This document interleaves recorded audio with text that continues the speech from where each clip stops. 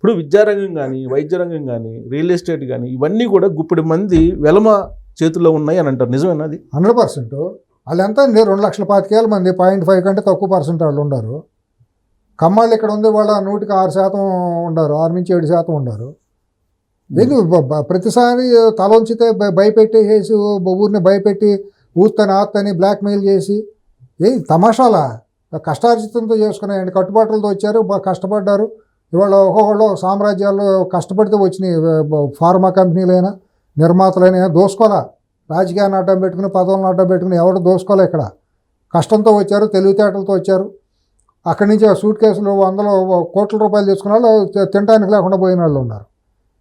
తినడానికి లేకుండా వచ్చి కడుపు పట్టుకుని వచ్చిన వాళ్ళు యాన్సిలరీ ఇండస్ట్రీస్ పెట్టుకుని టెక్నోక్రాట్లుగా వచ్చిన వాళ్ళందరూ వాళ్ళు పెద్ద పెద్ద ఫార్మా కంపెనీలు పెట్టుకున్నారు, లేకపోతే ఇంకో రకరకాలుగా పెరిగారు. ఎవరి దయాదాక్షిణ్యాలతో పెరిగితే, ఎవరి కష్టార్జితంతో వాళ్ళు పెరుగుతారు. మనం పెరిగితే మనతో పాటు పక్కన 10 మంది పెరుగుతారు. గుప్పుడు మంది వెలమ హస్తంలో మొత్తం హైదరాబాద్ ఇంకోటండి అనేది వెలమల అందరినీ కూడా నేను అనరండి, గుప్పిడి మంది. అందుకే అదే వెలమల ఏదైతే గుప్పిడి మంది ఆంధ్ర వాళ్ళు అని చెప్పి వాళ్ళు అన్నారు. అవును, గుప్పిడి మంది వెలమ చేతిలో ఇప్పుడు మొత్తం తెలంగాణ ఉంది అని ముందుగా నిజమే కదా. గుప్పిడి మంది ఆ వెలమలే కాదు, ఇంక ఇతర కులస్తులను కూడా పెట్టుకున్నాడు కావాలని బురద అందరికి అంటించడానికి. ఇవాళ నేను ప్రత్యక్షం చేత వెలమల్లో చాలామంది విఘ్నత కలిగిన వాళ్ళు, మానవత్వంతో ఉండేవాళ్ళు, హుందాతనం కలిగిన వాళ్ళు, సంస్కారవంతులు 190 మంది ఉన్నారండి, 99 మంది ఉన్నారండి.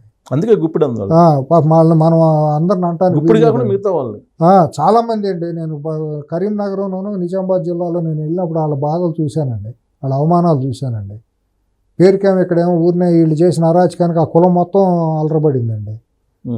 కొంతమంది ఉంటారు డబ్బు ఏదైనా చాలు అనుకునే వాళ్ళు, ఆ పక్కన చేరిన వాళ్ళు ఉంటారు, ఆ కమ్యూనిటీ వాళ్ళు. ఒక కులంలో అందరూ మంచి వాళ్ళు ఉంటారు, ఒక కులంలో అందరూ చెడ్డ వాళ్ళు ఉంటారు కదండి. వాళ్ళు ఆత్మాభిమానం కలిగిన వాళ్ళు. వెలమల్లో కూడా చాలా హుందాగా ఉండేవాళ్ళు, దాన ధర్మాలు చేసేవాళ్ళు, 10 మందికి మా దిశానిర్దేశం చేసిన వాళ్ళు ఎంతోమంది విఘ్నులు ఉంటారండి. ఇంత అహంకారంతో ఎవరో ప్రవర్తించరండి. ఇటువంటి దుర్మార్గంగా, ఇటువంటి భాష, ఇటువంటి ప్రవర్తన, అందితే జుట్టు అందకపోతే కాళ్ళు. ఎన్నిసార్లు 20 సంవత్సరాలు ఒకబట్టు కూర్చున్నామండి. వీళ్ళ భాషకి వీళ్ళ బాధకి ఎంత అవమానం చేశారండి. ఆంధ్ర వాళ్ళ ఇళ్ళల్లో ఆడాళ్ళని అవమానం చేశారండి. వీళ్ళు కడుపు మండిపోతుంది. తమాషాలు వీళ్ళు చేసిన ఈ కుటుంబం చేసిన దుర్మార్గాలకి ఇప్పటికీ కూడా వాళ్ళు ఏమంటున్నారంటే, నిన్న కూడా ఆయన బెదిరిస్తారు, మాటకి బెదిరింపులు. దీక్షా దివస్ అని చెప్పి పెట్టారు కరీంనగర్ లో సభలో. ఆయన చాలా క్లియర్ గా చెప్పారు, దీక్ష చేసినందువల్లే కేసీఆర్ తెలంగాణ వచ్చింది. ఈ తెలంగాణలో మేము తప్ప వేరే వాళ్ళు ఏం దీక్ష చేశారో డాక్టర్ ఆయన ఉన్నారు కదా, వరంగల్ ఆయన ఎమ్మెల్యే మంత్రి జయరాం, ఆయన చెబుతారు దీక్ష అటా చేస్తే ఏమైందని. మన గోని ప్రకాశ్రావు గారు చెబుతారు, నిమిషంలో ఏం దీక్ష జరిగిందో, కొబ్బరి చెప్పుల్లో ఏం వెళ్ళిందో, లోపలికి ఏం వెళ్ళిందో, ఖమ్మం హాస్పిటల్ ఏం జరిగిందో అందరికీ తెలుసు. తెల్లగడపడి చూపించాడు కదా లైవ్ లో. ఖమ్మంలో ఏం జరిగిందో తెలుసు. ఖమ్మం జైల్లో ఉన్నారని చెప్పింది. ఏం జైల్లో ఉంది అదే చెప్పాడు, గుర్తు చేశారు. నేను మాట్లాడితే బాగోదండి. చరిత్రలో అది ఒక పేజీ రాయాలి. నిజంగానే తెలంగాణ చరిత్రలో రాయాలి. ఈ కుటుంబం చేసిన దాష్టికాలు, ఈ కుటుంబం చేసిన విధ్వంసం అంతా కూడా రాయాల్సిందే.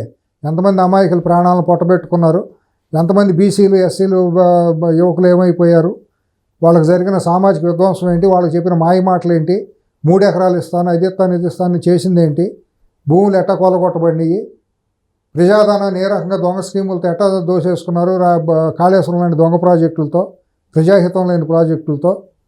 ఇవన్నీ మాట్లాడాలి. మాట్లాడేవాళ్ళు లేక ఊరుకుంటున్నారేంటి? కానీ వాళ్ళు చెప్పేది నిన్న కూడా ఆయన చెప్పింది వాళ్ళు చేసినందువల్లే చచ్చిపోయారు. డాక్టర్ విజయరామారావు గారు గుర్తుకొచ్చింది. ఆయన అడగండి చెబుతారు. ఆయన నిమిషంలో జరిగిన భాగవతం అంతా చెబుతారు, ఎపిసోడ్లు చెబుతారు. ఆయన ఒకప్పుడు టీఆర్ఎస్ లో ఉన్నాడు. ఆయన ప్రధానంగా పార్టీ పెట్టినప్పుడు ఉన్నాయన. ఆ రోజు టీఆర్ఎస్ పార్టీ పెట్టినప్పుడు ఇప్పుడు ఏమైపోయారండి? ఆద్యుడు బీజం మొదటి 10 మందిలో ఆయన ఎన్నారెడ్డి అంటాం. ఆయన ఒక చెయ్యి ఉండదు. అవును, వచ్చారు ఇక్కడ కూడా, మన ఇంటికి వచ్చారు. ఇటువంటి ఎంతోమంది ఉన్నారండి, త్యాగ పురుషులు ఉన్నారండి. ఎప్పుడు ఎంతోమంది నేను అన్నాను కదా, ఇవాళకి అమరవీరులు అయిన వాళ్ళు 1500 మంది అని కదా మీరు చెప్పింది. 150 మంది పేర్లు మీరు ఎందుకు చెప్పలేకపోయారు? 150 మందికి మీరు కనీసం ఏమైనా ఇచ్చారా? భూములు ఇచ్చారా? వాళ్ళ త్యాగాల మీద కదా మీ కుటుంబం నిలబడింది. కాదు, దీక్ష కేసీఆర్ దీక్ష వల్ల వచ్చిందని చెప్తున్నారు. అదే ఏం దీక్ష చేశారో అది మాట్లాడితే బాగుంటుంది. మనం మాట్లాడితే ఏంటంటే ఆంధ్రోడు, కమ్మోడు, వీడు మాట్లాడాడు కాబట్టి అది ఇదని బురదేస్తారు. ఎందుకు? తెలంగాణ సోదరులే ఉన్నారు కదా మోసపోయిన వాళ్ళు, ఉద్యమకారులు చాలా మంది, ఉద్యమకారులు, వాళ్ళ కుటుంబాలు, నాయకులు. ఇప్పుడు ఆయన నాయకు ఒక ఆయన ఉన్నారు, దుమ్మెత్తి పోశారు ఆయన ఎంపీగా చేసి, రవీంద్ర నాయక్ గారు. అవును. ఎంతమంది లేరండి క్షోభించిన వాళ్ళు, మనసు క్షోభించిన వాళ్ళు, అవమానపడిన వాళ్ళు. సోనియా గాంధీ వల్ల కాదు వచ్చింది, మేము పోరాట తీసుకొచ్చుకున్నాం అని చెప్పి నిన్న కూడా అంటాడు ఆయన. అందరికీ తెలుసులేండి. ఏమైనా పార్లమెంట్కి వెళ్ళాడా ఓటింగ్ రోజు? బిల్లు పెట్టిన రోజున కేసీఆర్ హౌస్లో ఉన్నాడా? అంత దీక్ష చేసినాడు, అంత పోటుగాడు, అంత పీకుడుగాడు అయితే, అంత చిత్తశుద్ధి తెలంగాణ రావాలనే ఉద్యమం ఉంటే తెలంగాణ బిల్లు పెట్టినప్పుడు హౌస్లో కేసీఆర్ అనే వ్యక్తి ఉన్నాడా? రికార్డు తీయమనండి. అడిగేవాళ్ళు లేక ఏంది ఉద్యమాలు, ఏ ఉద్యమాలు చేశారు, ఏం దీక్షలు చేశారు, వీళ్ళు ఎంత కలెక్షన్ చేశారు జనాల మీద పడి. తమాషాలు ఇవన్నీ. కానీ నిన్న మళ్ళీ ఆంధ్ర సమైక్యవాదులు ఈ ప్రస్తావన తీసుకొస్తారు. మళ్ళీ ఊరుకునేది లేదండి. ఆంధ్ర ఇదేదనంటే మాత్రం ఎవరు సహించేది లేదు. మాటకు 4 మాటలని తీరుతారండి. 100% తిరుగుబాటు చేస్తారండి. ప్రసక్తే లేదు. బీజేపీ కనుక ఒకవేళ వాళ్ళకి సపోర్ట్ చేస్తే బీజేపీ కూడా పుట్టగతులు లేకుండా పోతుందండి. కానీ రేవంత్ రెడ్డిని టార్గెట్ చేస్తూ ఆంధ్ర వాళ్ళు, రేవంత్ రెడ్డి ఎవరైనా సరే, రేవంత్ రెడ్డి అయినా కాంగ్రెస్ అయినా వాళ్ళ ఆంధ్ర వాళ్ళందరూ కాంగ్రెస్ పార్టీని సపోర్ట్ చేయడం ఖాయం. 100% ఇవాళ మనుగడ లేదు. ఆంధ్ర వాళ్ళకి వాళ్ళ కాంగ్రెసే మనుగడ. ఇవాళ రేవంత్ రెడ్డి ఆయన ముఖ్యమంత్రిగా ఉన్నారు కాబట్టి ఆయన సమర్థిస్తారు అందరూ, అంతే. దాంట్లో ఎటువంటి సందేహం లేదు. డెఫినెట్గా రోడ్డు మీదకి వస్తారు. రేవంత్ రెడ్డి మీదకి వస్తే ఆంధ్ర వాళ్ళు వస్తారు, అందరూ వస్తారు. రేవంత్ రెడ్డి ఏం ఆంధ్ర వాళ్ళకి ఏజెంట్ ఏం కాదు. బట్టి విక్రమార్క గారైనా, శ్రీధర్బాబు, దుద్దిళ్ళ శ్రీధర్బాబు, ఎవరైనా కాంగ్రెస్లో ఎవరు వచ్చినా ఓన్ చేసుకోవడానికి సిద్ధమే. వాళ్ళు ఏదో కావాలని తెలుగుదేశం నుంచి వచ్చాడు. నీ నాన్న ఎక్కడి నుంచి వచ్చాడు? మీ అయ్యి వచ్చింది తెలుగుదేశం నుంచి కదా. మీ అయ్యి ఏజెంట్ అయ్యి ఉండడా? మీ అయ్యికి అంత చిత్తశుద్ధి, అంత ఆత్మాభిమానం ఉంటే అమరావతి శంకుస్థాపనకి ఎట్టా వచ్చాడు? మూటలు ఇస్తేనే వచ్చాడు అక్కడికి. నువ్వు రేవంత్ రెడ్డికి మూటలు మోసేవాళ్ళు వచ్చారని మరి మీ నాన్న మూటలు మోసాడా? ఇన్నంటే రేవంత్ రెడ్డి గారు ఎందుకని రియాక్ట్ అవ్వట్లేదు? ఎందుకు అవ్వాలి? ఒక ముఖ్యమంత్రిగా హోదా ఉంటుంది. ఇప్పటికే ఎక్కువ మాట్లాడి ఆయన అలసి అయిపోతున్నాడు, పలసన పడుతున్నాడు. ఎందుకు అరెస్ట్ చేస్తానని చెప్పి ఎప్పటి నుంచి చెబుతున్నాడు? అరెస్ట్ లేదు కదా. చేస్తారేమో, అది చట్టపరంగా లోకల్గా ఏముందో నాకు తెలియదు. ఆయన ఎక్కువగా మాట్లాడి స్పందించడం అనేది తప్పు. ఆయన హోదాకి భంగం కలుగుతుంది. ఆయన ఇప్పటికే ఎక్కువ మాట్లాడుతున్నారు అనేది నా వ్యక్తిగతమైన అభిప్రాయం. ఇప్పుడు లగచర్ల కానీ నిర్మల్ కానీ జరిగినటువంటి సంఘటనలు ప్రీ ప్లాన్డా లేకపోతే? 100% ప్రీ ప్లాన్డే. వాళ్ళు స్లీపర్ సెల్స్ లాంటి వాళ్ళు కొంతమంది అసాంఘిక శక్తులను తయారు చేస్తున్నారు. కిరాయి మనుషులు డబ్బులు ఇచ్చి, ఆ డబ్బులు ఇచ్చేసి అమాయక యువతను అప్పుడైతే ఉద్యమం పేరుతో ఎట్టయితే రెచ్చగొట్టి చంపేశారో మళ్ళీ అటువంటి ప్రయత్నాలు జరుగుతున్నాయి. అది ఇంటెలిజెన్స్ జాగరూకతతో ఉండాలి. ఇంకో పక్క తెలంగాణలో ఈ ధాన్యం కొనుగోలు దగ్గర కొద్దిగా ఇబ్బందులు జరిగే చోట రైతులను రెచ్చగొట్టి మార్కెట్ యార్డుల్లో విధ్వంసం చేయాలని కూడా వాళ్ళు ప్లాన్లు వేస్తున్నారు. ఉద్యోగస్తుల్ని, ఇప్పుడు ఎవరైతే ప్రభుత్వ ఉద్యోగస్తులు ఉంటారో మార్కెట్ యార్డులు, వ్యవసాయ శాఖ వాళ్ళందరి మీదకి రెచ్చగొట్టేది కూడా జరుగుతుందనేది మనకు అందుతున్న సమాచారం. వీటి మీద కనుక ఇంటెలిజెన్స్ కనుక దృష్టి పెట్టకపోతే ఇంకోసారి మళ్ళీ తెలంగాణలో ఏదో ఫెయిల్ అయ్యే అవకాశాలు కనపడుతున్నాయి. అది తెలంగాణ ప్రభుత్వం కొద్దిగా దృష్టి పెట్టాలి. ముఖ్యమంత్రి గారు కూడా, రేవంత్ రెడ్డి గారు కూడా దాని మీద కొద్దిగా ప్రయారిటీ ఇవ్వాలి. ఆయన కూడా కొద్దిగా మార్చుకోవాలి. ఆయన కొద్దిగా బలమైన టీమును చుట్టూ పెట్టుకోవాలి. ఆయనకి ఏదో ఒక చుట్టుపక్కల ఇంకా సరైన టీం 1 year అయినా కూడా ఇంకా ఆయనకి ఎక్కడ గ్రిప్ దొరికిన లేదని నాకు అనిపిస్తాను. సో ఏడాది పాలన అట్టర్ ఫ్లాప్ అనేది బీఆర్ఎస్ పార్టీ వాళ్ళు చెబుతున్నారు. వాళ్ళు అట్టగే చెబుతారు, పోయిన వాళ్ళు అట్టగే చెబుతారు కదా. Utter flop. మీ ఉద్దేశంలో ఏడాది పాలనకి 100కి ఎన్ని మార్కులు వేస్తారు? 35-40 వేస్తారు. పాస్, జస్ట్ పాస్ అనుకున్నంత ఇది ఇంకా రావాలి, బాగా బలపడాలి.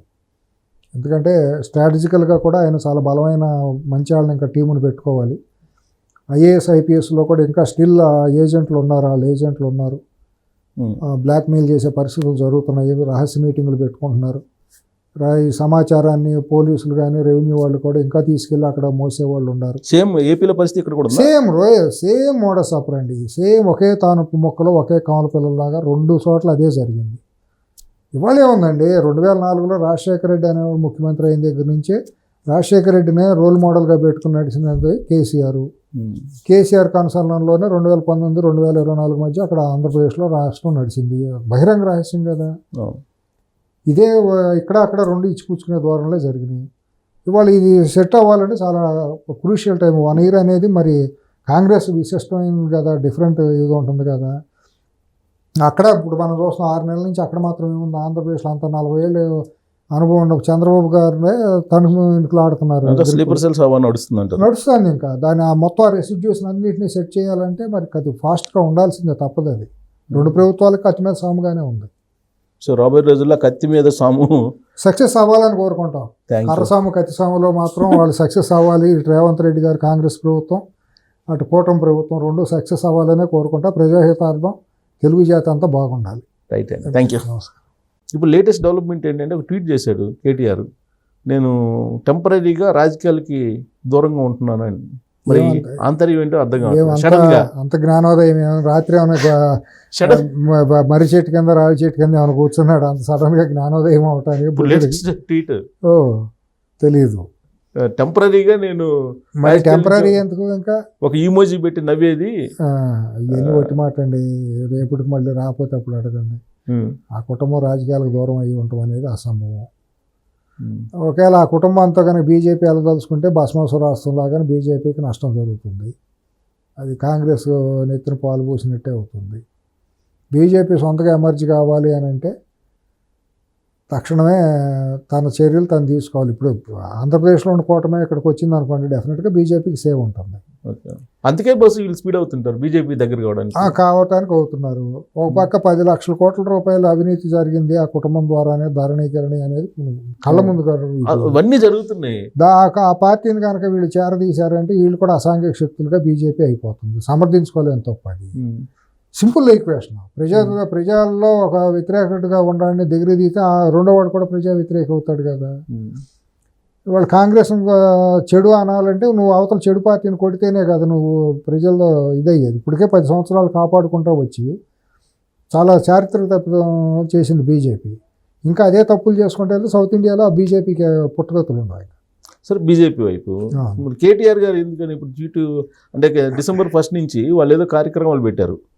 ఇది ప్రభుత్వం 9వ తారీఖు వాళ్ళది సంవత్సరం అవుతుంది కాబట్టి వాళ్ళు ఏదో వరుసగా కార్యక్రమాలు పెడితే వీళ్ళు కూడా పెట్టారు. అవును. దాంట్లో కవిత గారిని కూడా తీసుకొస్తున్నారు. మరి కవితను తీసుకొస్తున్నారని అలిగారా లేకపోతే ఏంటి అసలు? అక్కడ గ్రూపులు ఉన్నమాట వాస్తవం అనేది అందరూ అనుకుంటున్నారండి. 3 గ్రూపులు 4 గ్రూపులు ఉన్నాయి కుటుంబంలో. అన్నకి చెల్లికి ఆయనకి హరీష్ రావుకి ముగ్గురికి పడదు అనేది అందరూ బహిరంగంగా అనుకుంటున్నారు. ఇప్పుడు అది ఇంకోటి ఏమవుతుందంటే రేపు పొద్దున ఒకవేళ అదే వచ్చింది అనుకోండి, వైఎస్ రాజశేఖర రెడ్డి కుటుంబం వాళ్ళు ఎట్టయితే బజార్ను పడిందో అది అట్టగా ఈ కుటుంబం కూడా అట్టగా బజార్ను పడే అవకాశాలు ఉంటాయి.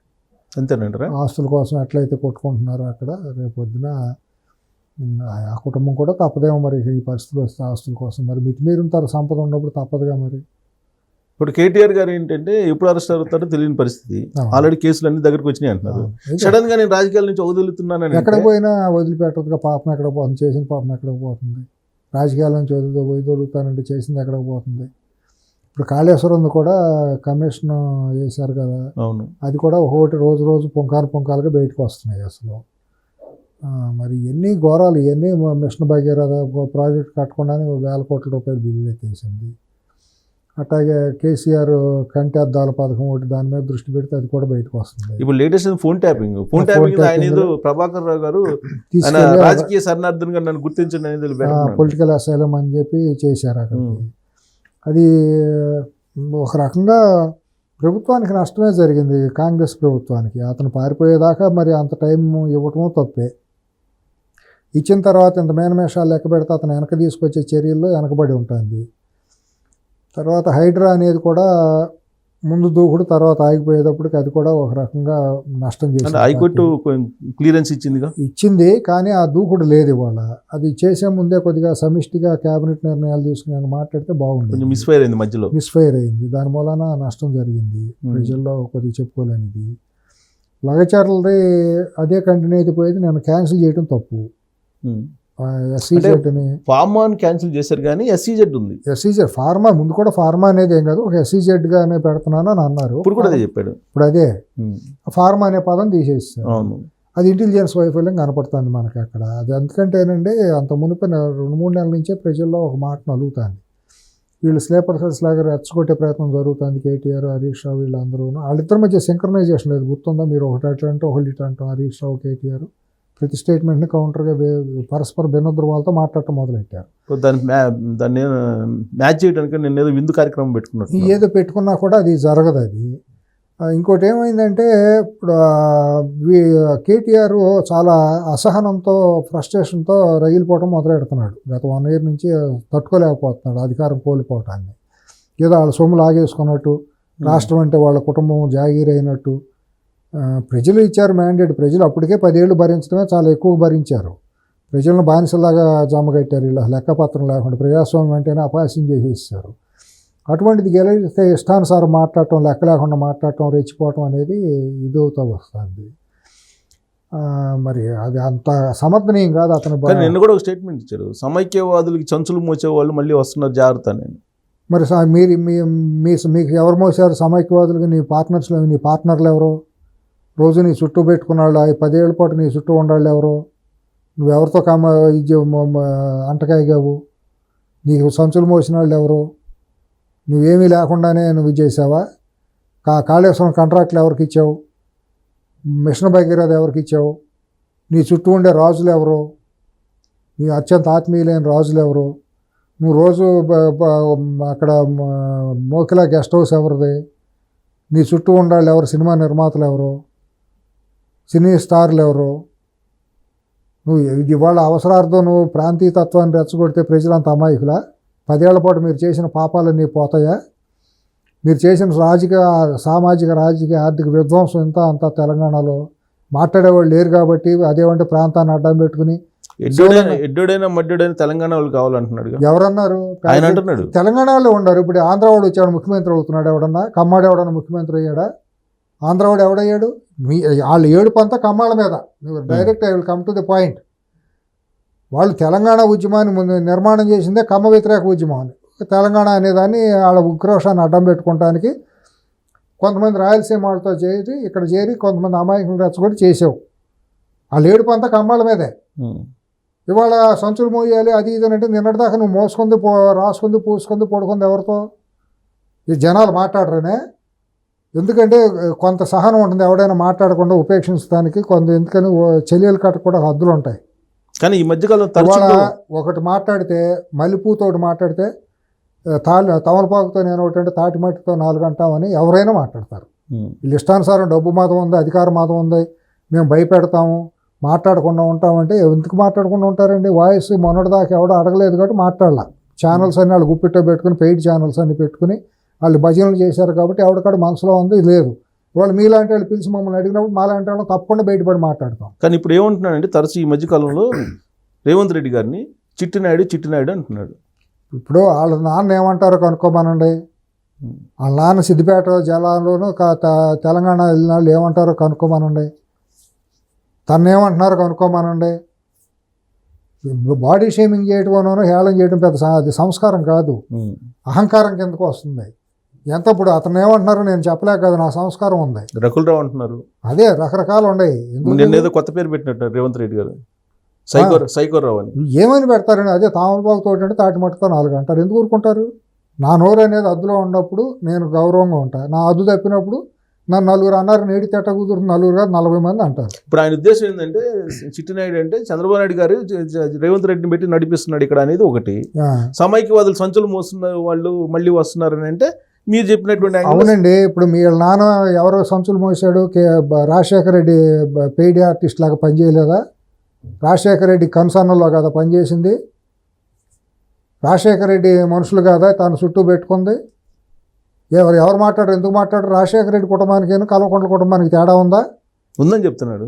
ఎక్కడ ఉంది? అందరూ ఒకటే కదా, ఒకే తాను ముక్కలు కదా. అంటే కాదు కదా, తెలంగాణ కోసం చావు నోట్లో తలబెట్టాడు. ఏం పెట్టారు? నిన్న కూడా చెప్తున్నాడు. ఎవరు పెట్టారు? చావు నోట్లో అమ్మాయికి ప్రజలు చచ్చిపోయారు. వీళ్ళ కుటుంబంలో ఎవరేమయ్యారని, ఎవరు అరెస్టులు అయ్యారని, అమాయకులు ఎవరు ఎంతమంది? 1500 మంది అని చెప్పారు మీరు. 150 మంది పేర్లు చెప్పావా నువ్వు ఇవాళకి? 150 మందికి ఎక్కడన్నా 3 ఎకరాల భూమి ఇచ్చావా? డబుల్ బెడ్రూమ్ ఇల్లు ఇచ్చావా? లిస్ట్ ఏమైనా అమరవీరుల లిస్ట్ ఏమైనా తయారు చేసావా నువ్వు? ధరణి పేరుతో మీరు చేసిన భాగవతం ఏంటి? పేద ప్రజలు 8,000 ఎకరాలు పోయినాయి. 70 ఏళ్ళుగా సాగు చేసుకుంటున్నాడు, భూములన్నీ కోల్పోలేదా? ఇవాళ లక్షలాది ఎకరాలు వేలాది ఎకరాలు ఏమైపోయింది? తెలంగాణ రికార్డులోంచి ఎట్టబోయింది? ఒక అసాంఘికమైన రాజకీయ వ్యవస్థను నువ్వు నీ కుటుంబం తయారు చేయలేదా? ఓ బానిసలను తయారు చేయలేదా? నియంతృత్వ పోకడలతో ప్రజాస్వామ్యాన్ని అపహాస్యం చేయలేదా? మాట్లాడేవాళ్ళు లేరేనా? ప్రత్యానికి కులాన్ని పెట్టి ప్రాంతాన్ని పెట్టి ఆంధ్రోడు అని చెప్పి ఎంత హేళన చేశారండి? పచ్చళ్ళు అమ్ముకుంటానికి వస్తారు, తిండి లేకుండా వచ్చారు, కట్టుబట్టలతో వచ్చారని ఎవడ నువ్వు అంటావు? మీ తాతలు జాగిరా తెలంగాణ అంటే? కానీ ఏం మాట్లాడేవాళ్ళు లేకనే ఇన్నాళ్ళు నోరు మూసి కూర్చున్నారు కాబట్టి ఇష్టానుసారం వదిలేని అందరూ వదిలిపెట్టారు, ఉపేక్షణ భావంతో ఊరుకున్నారు. ఆ రోజే అన్నాం చంద్రబాబు గారిని మేమే ఇది చేసాం, అమరావతి శంకుస్థాపనకి ఎట్టబిల్తో ఒక ద్రోహినని. ఇవన్నీ మాట్లాడతాం, 100% మాట్లాడతాము. ఇవాళ అధికారం పోయిందని గంగవీరులు ఎత్తేసి ఇష్టానుసారం మాట్లాడితే ఎందుకు మేము మాట్లాడతాం, బాగా చెప్తాం, మాట్లాడతాం. ఆ రోజు అమరావతి శంకుస్థాపన పిలువబట్టి అమరావతి ఆ గతి పట్టింది అంతే. చేయబడింది కాబట్టి అది భస్మాసురాస్త్రంలాగా పడింది. ఆ రోజే చెప్పి అది ఆత్మగౌరవానికి విరుద్ధం, ఆ పేరు కొట్టేయమని. చూసుకోండి, నా వీడియోలే ఉంటాయి. సో అమరావతిని కూల్చేయడంలో కేసీఆర్ గారి పాత్ర 100% కుటుంబ పాత్ర 100% దాని వెనక ఆర్ఎస్ఎస్ వాళ్ళు కూడా కొంతమంది ఉన్నారు. విద్వేషంతో కావాలని దాన్ని ధ్వంసం చేశారు. జగన్మోహన్ రెడ్డి గారిని అక్కడ పెట్టి పెట్టారు, చేశారు. ఇవాళ వీళ్ళ వ్యాపారాలు, పబ్బులు క్లబ్బుల వ్యాపారాలని కుటుంబానికి ఎవరితో ఉన్నాయి? హైదరాబాద్ చుట్టుపక్కల, జూబ్లీ చుట్టుపక్కల ఉన్న పెద్ద పెద్ద పబ్బుల్లో ఎవరెవరు వాటాలు ఉన్నాయి తెలీదా? బాగోతాయి. వాళ్ళు నువ్వు రేవంత్ రెడ్డి గారిని ఆన్లైన్లో అంటే ఎందుకు ఊరుకుంటాం?